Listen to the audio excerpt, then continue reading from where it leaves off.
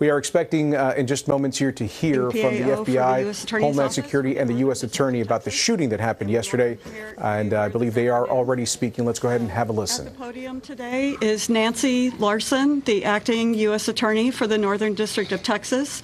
And she's joined by Joseph Rothrock, the special agent in charge of the FBI, Dallas. With him is Marcos Charles, the acting executive associate director of ICE's Enforcement and Removal Operations.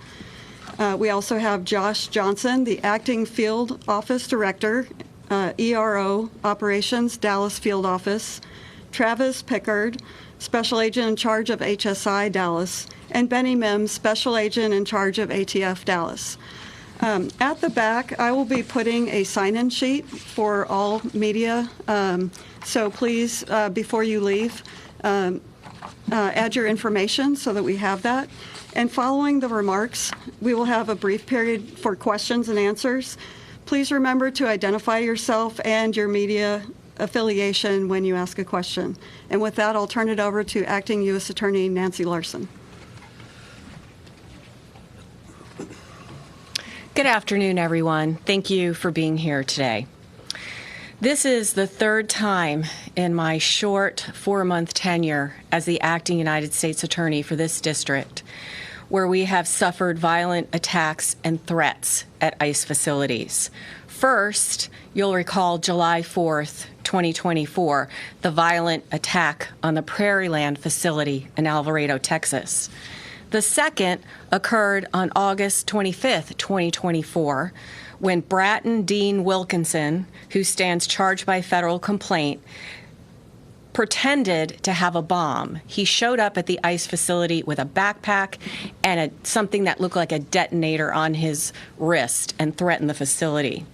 Third, of course, is yesterday's attack, September 24th, 2025, when the Dallas ICE facility was riddled with gunfire, costing the life of one detainee and injuring 2 other detainees critically. Initially, I want to commend the cooperation of the Dallas Police Department, the Dallas County Sheriff's Office, the FBI, the ATF, ICE, and HSI for their swift and decisive response to this crime.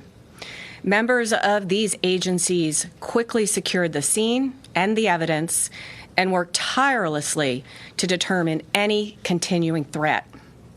Due to their efforts, it did not take long to ascertain the identity of the shooter, who was deceased by a self-inflicted gunshot wound, and that he very likely acted alone.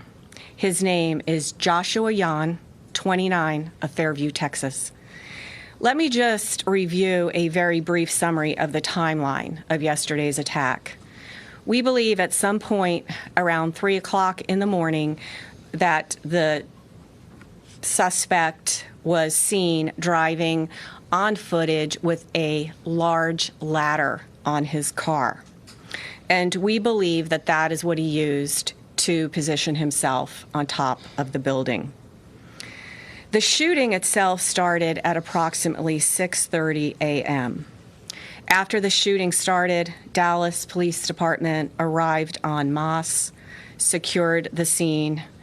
Law enforcement officers found the sniper dead. They found bullets on the rooftop, one of which was labeled with the words anti-ICE. That morning, gunshots sprayed the length of the building, the windows, and law enforcement vans that were in the Sallyport area. Detainees were struck by these bullets. 1 was killed, 2 were wounded, and both of them are undergoing treatment. Shortly thereafter, the FBI began its meticulous work at the crime scene. At the same time, we obtained and executed multiple search warrants yesterday for devices and locations associated with the sniper. FBI agents executed a search warrant at the sniper's residence yesterday and there found a collection of notes. First, I want to point out that one of these notes or papers the sniper explicitly states, "Yes, it was just me." That statement appears to be correct at this point in the investigation. Notably, these loose notes included a game plan of the attack and target areas at the facility. He called the ICE employees people showing up to collect a dirty paycheck. He wrote that he intended to maximize lethality against ICE personnel and to maximize property damage at the facility. He hoped to minimize any collateral damage or injury to the detainees and any other innocent people. It seems that he did not intend to kill the detainees or harm them. It's clear from these notes that he was targeting ICE agents and ICE personnel. The tragic irony for his evil plot here is that it was a detainee who was killed and 2 other detainees that were injured when he fired into the Sally Port. He also hoped his actions would give ICE agents real terror of being gunned down, and he did this to induce constant stress in their lives. He hoped his actions would terrorize ICE employees and interfere with their work, which he called human trafficking. And this, what he did, is the very definition of terrorism. Again, his notes reveal, yes, it was just me and my brain. And he said, good luck with the digital footprint. And of course, we take this to mean that he deleted evidence from his devices. His words were definitively anti-ICE. That said, we did not find evidence of membership in any specific group or entity, nor did he mention any specific government agency other than ICE. Among his papers, though, was a handwritten note in which, in crude words, he expressed his hatred for the federal government. Finally, I want to address the heroism of our federal agents yesterday. While under fire, ICE agents and ATF agents who were also present in the facility's Sally Port area worked together to remove detainees from the vans and get them to safety while the bullets were flying. These agents were heroic, clearly willing to lay down their lives to save the lives of the detainees in their custody. And that's an extremely important point to make at this point in time. I want to express my deepest appreciation for the bravery of these law enforcement officers yesterday and every single day that they go out there to keep us safe. I'll now turn it over to FBI Special Agent in charge of the Dallas Field Office, Joe Rothrock. Thank you. Good afternoon. First, I'd like to start by thanking our acting United States Attorney, Nancy Larson, and her office for their support during this investigation. My name is Joe Rothrock, and I'm the Special Agent in charge of the FBI's Dallas Field Office. Yesterday morning, Joshua Yan carried out a targeted, ambush-style attack on law enforcement. Today, I will provide you with some updates of what we've learned through our investigation to date, to include Yan's own words in his handwritten notes. Yan specifically intended to kill ICE agents. He fired at transport vehicles carrying ICE personnel, federal agents, and detainees. He also fired multiple shots into the windows of the office building where numerous ICE employees do their jobs every day. We now know that Yan engaged in significant high degree of pre-attack planning. He searched for information about the office building and how to track ICE agents' locations. Yan also acknowledged the potential for other casualties. He knew with a high likelihood ICE detainees would be transported that morning in the exact location where he was facing from his perch on a nearby rooftop. Yan's attack did in fact result in the tragic death of one detainee and the injury to 2 other detainees. We have been able to confirm that Yan legally obtained an 8mm bolt-action rifle he used in the shooting in August of this year. Based on our investigation to date, we believe Jan acted alone, but I'll stress our investigation continues. This attack yet again underscores the dangers that law enforcement face daily. We continue to see an increased threats against law enforcement. This is the second attack in recent months on ICE facilities here in North Texas. I do want to take this opportunity to thank our law enforcement partners, some of whom are here with us today. When Jan began firing, agents from both ICE and the ATF put themselves in the line of fire to move individuals off the transportation vehicles in an attempt to protect and rescue those that were injured. I want to thank them for their bravery. The Dallas Police Department and the Dallas County Sheriff's Office also quickly responded to the scene without any hesitation and ran towards danger. Ultimately, they located the shooter, who was deceased by an apparent self-inflicted gunshot wound. I want to thank them for their prompt response and dedication to protecting and serving their communities. I also want to thank our partners that have assisted in this investigation, the Fairview Police Department, as well as our partners in Oklahoma, to include Bryant County Sheriff's Department, Durant Police Department, and Choctaw Nation Light Horse Police, as well as our personnel from San Antonio and Oklahoma City within the FBI that assisted. The FBI has dedicated its entire breadth of resources to ensure this investigation is completed thoroughly. The FBI stands with our law enforcement partners, and today we express that the attacks against law enforcement officers will not be tolerated. While we believe Jan acted alone, we are still asking that anyone with information about Jan or his activities report that to the FBI at 1-800-CALL-FBI or at www.fbi.gov/Dallas ERO shooting. And with that, I will turn it over to Director Charles. Good afternoon. My name is Marcos Charles. I am the ICE Executive Associate Director for Enforcement and Removal Operations. The attack on ICE's Dallas field office yesterday was tragic. And while our hearts and prayers are with the family of the detainees who were shot, the evidence is clear that this was intended as an assault on ICE personnel who come to work every day to do their job. Violent rhetoric has led to over 1,000% increase in assaults on ICE officers, and it has to stop.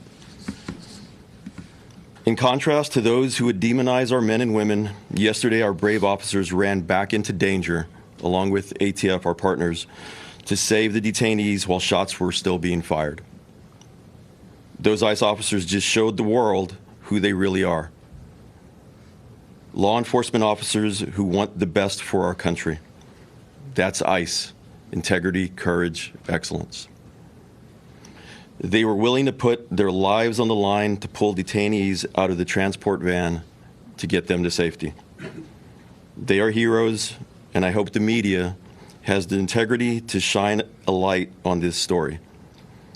Enough is enough with the harmful lies and violent rhetoric. It has to stop.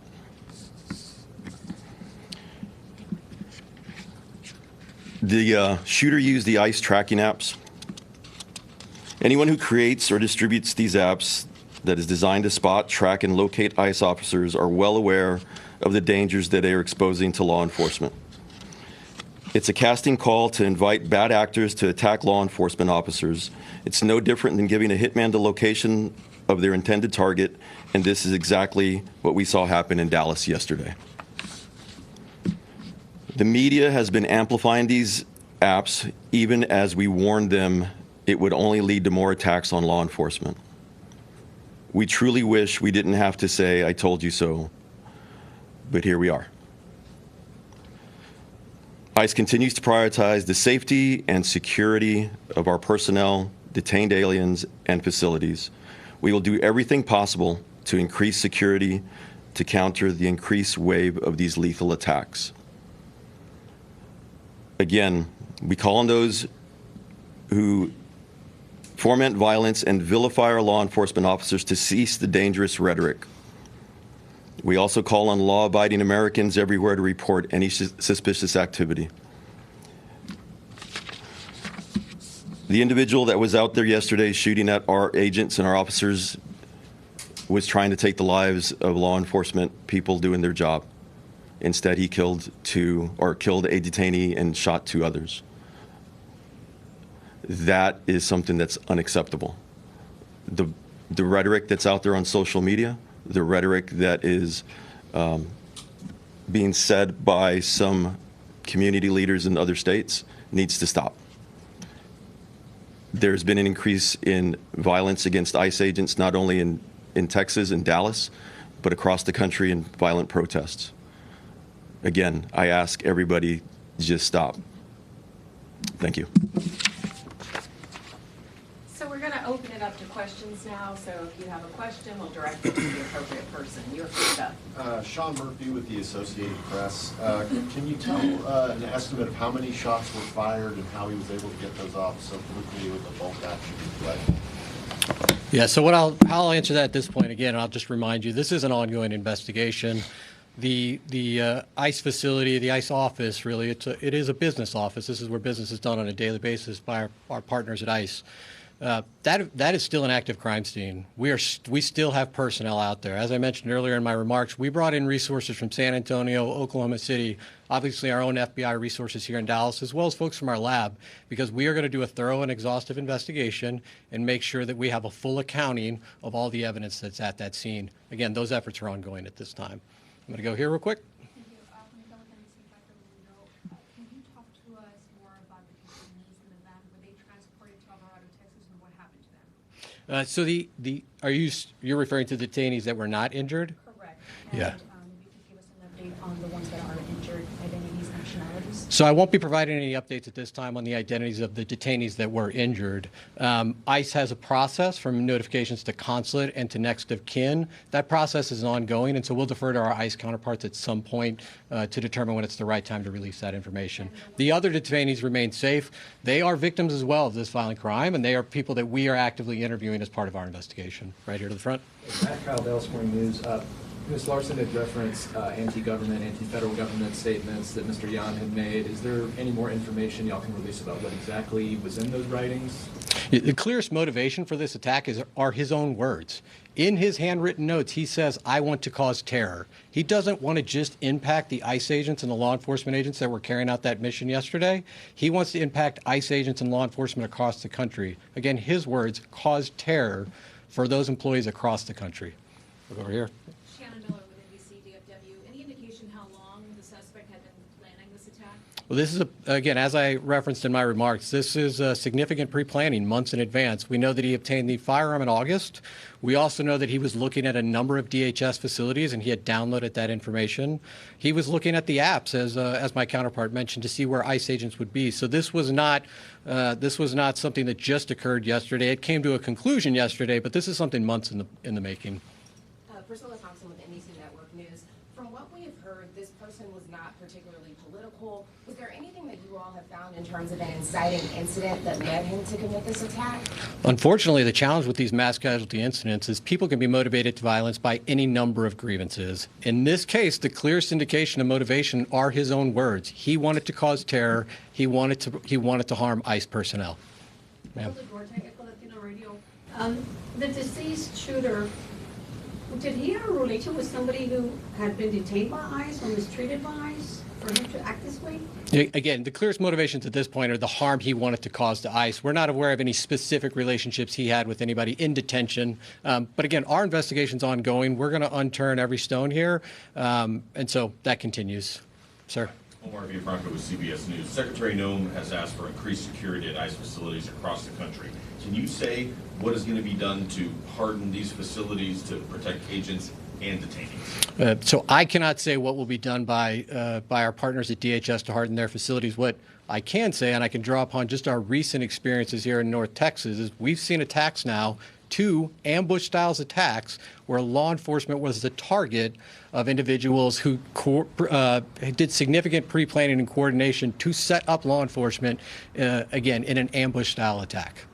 But anything that they physically are going to do for these facilities, since they're still operating, to protect them? There's still no barrier up or anything like that at this facility. I would need to refer to my partners from ICE from that. Yeah, so currently we're looking at hardening some of our facilities. Also, I don't want to give away any operational security as to how we're going to be doing that. But there are plans to harden some of our facilities. Back there. Robbie Owens, CBS News, Texas. Were the Young family immigrants? Mr. Yan was not an immigrant.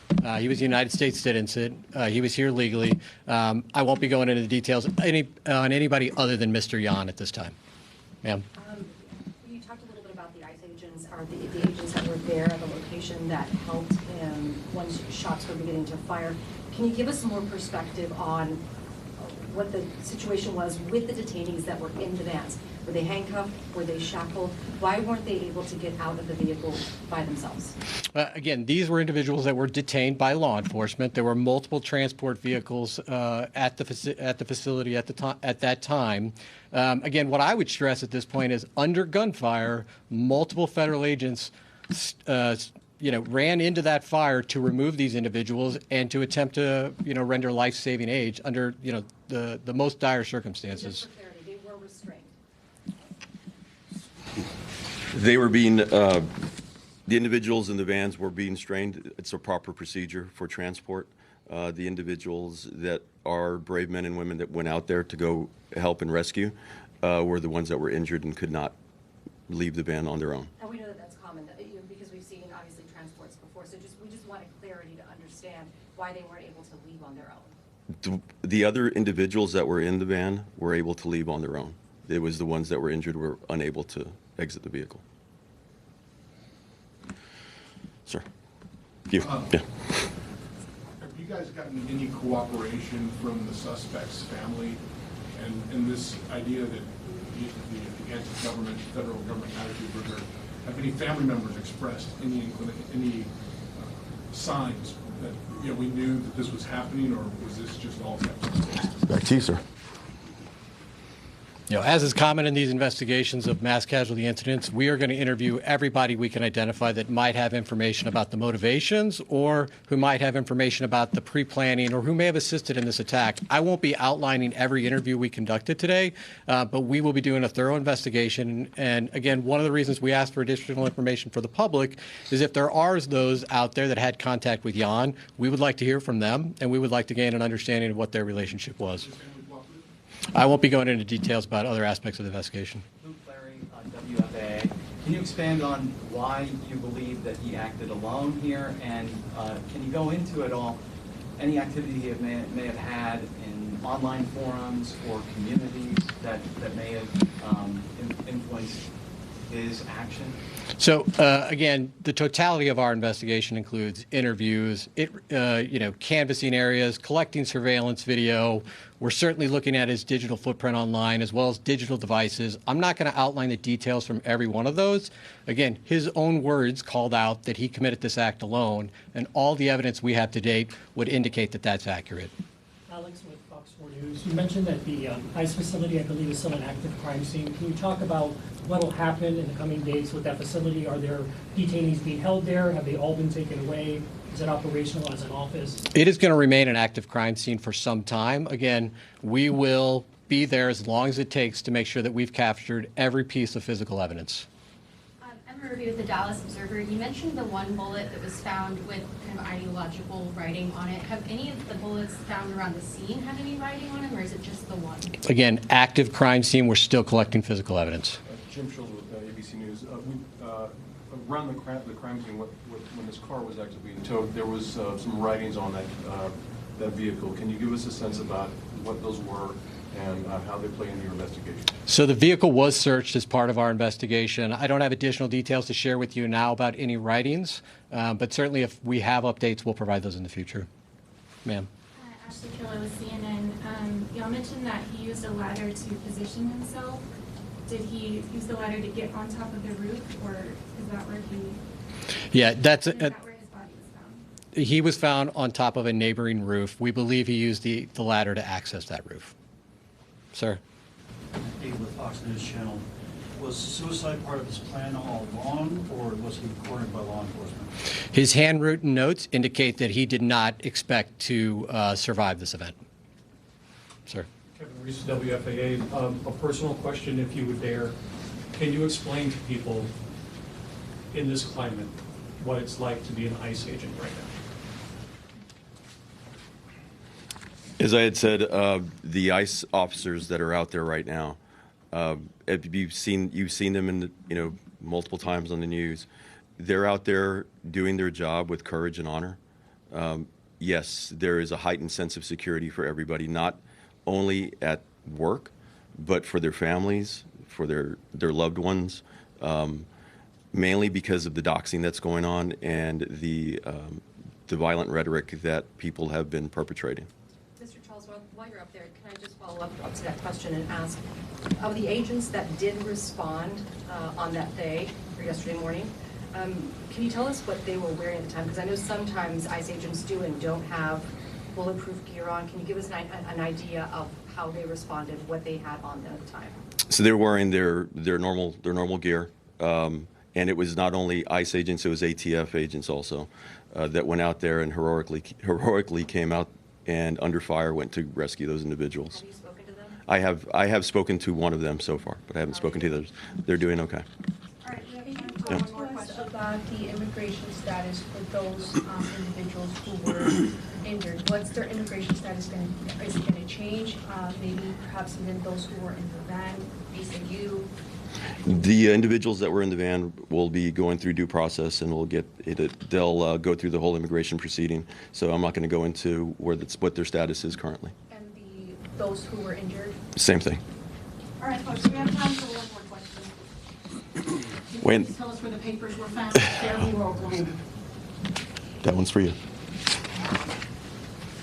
So again, I'm not going to detail every aspect of the case. We did search his residence, and that is where we found the handwritten notes. And that's all the time we have for questions today. When we have more updates, we'll come back. All right, folks, if you have been joining us or if you have just joined us, what you are seeing right now is the ending of a news conference where federal officials have updated us on their investigation into yesterday's shooting at the Dallas field office. Once again, finding out some more information about the shooter. 29-year-old Joseph Yan. One of the things that we're learning now, according to investigators and officials here, is that they do believe that he acted alone and that this was an attack that was planned months in advance. As a search was done on his home, we understand that investigators found handwritten notes with all kinds of anti-ICE messages on them, messages that suggested that he had a particular problem with the federal government. And we also know that he was using tracking apps to track the movements and the whereabouts of ICE agents, something that ICE officials warned against right now. They actually asked folks to stop using them, to stop promoting the use of them, obviously because of the type of dangers that they could cause. We also heard officials there, as well as the director of ICE here locally in Dallas, asking people to tone down the rhetoric, to stop their rhetoric right now, to stop all of the sort of hate right now directed at ICE agents. They're talking about seeing a more than 1,000% increase in violence against ICE agents in recent times.